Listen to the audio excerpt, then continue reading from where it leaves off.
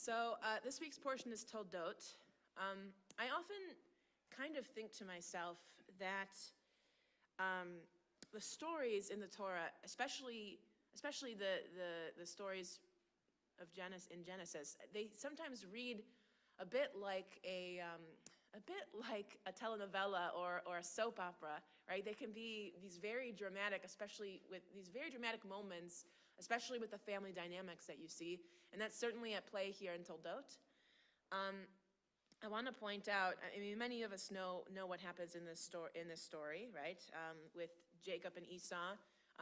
At the beginning of the story is when Rebecca is pregnant with them, and she's very distressed during her pregnancy, and she's informed by God that two nations are warring in her womb, and the younger will prevail over the elder. So she already knows that the younger of her two sons is destined to take on the mantle of leadership, right?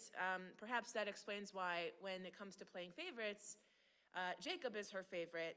Interestingly, Esau is Isaac's favorite. And I want to examine this for a moment because I think it's pretty interesting. I think if you look at the personalities of their two sons, Esau is the most different from his father Isaac that you could imagine, right?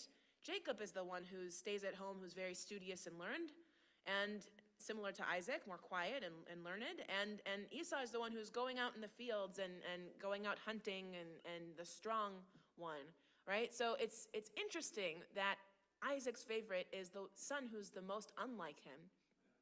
And I think we see something in this portion that speaks a little bit to the psychology that's going on for Isaac, because we see here an interesting story that has recurred a few times before.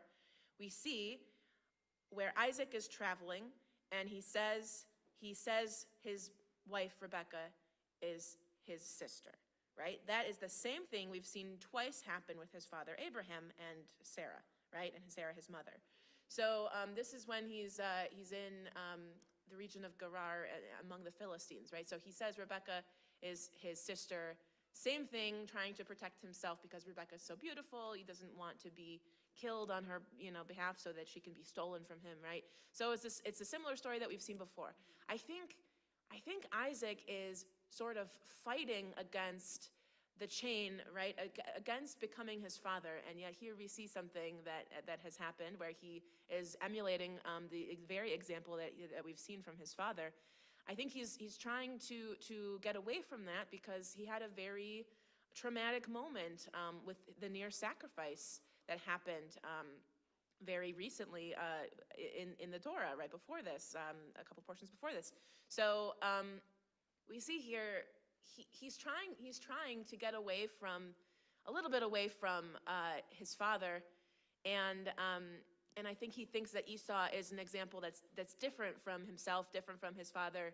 Maybe he thinks that's what the people needs, but there's also a lack of communication here because Rebecca knows that Jacob is the one who's meant to inherit, but Isaac wasn't informed, right? So Isaac thinks, okay, this is the elder son, this is the one who's going to inherit, right? He doesn't know that.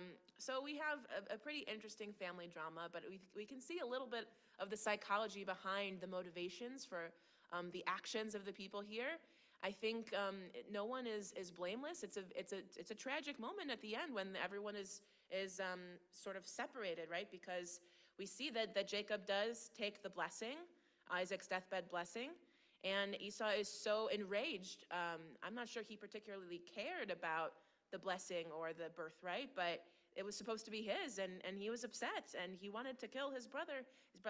Jacob has to run away, right? So we see a splitting up of this family because of all of these dynamics, because of all of this drama, right? So I think one of the interesting things about the Torah is that not a single person in it was perfect. Even Moshe Rabbeinu, even he wasn't perfect, right? So I think we're meant to learn from this. We're meant to learn to communicate with each other. We're meant to learn to respect each other.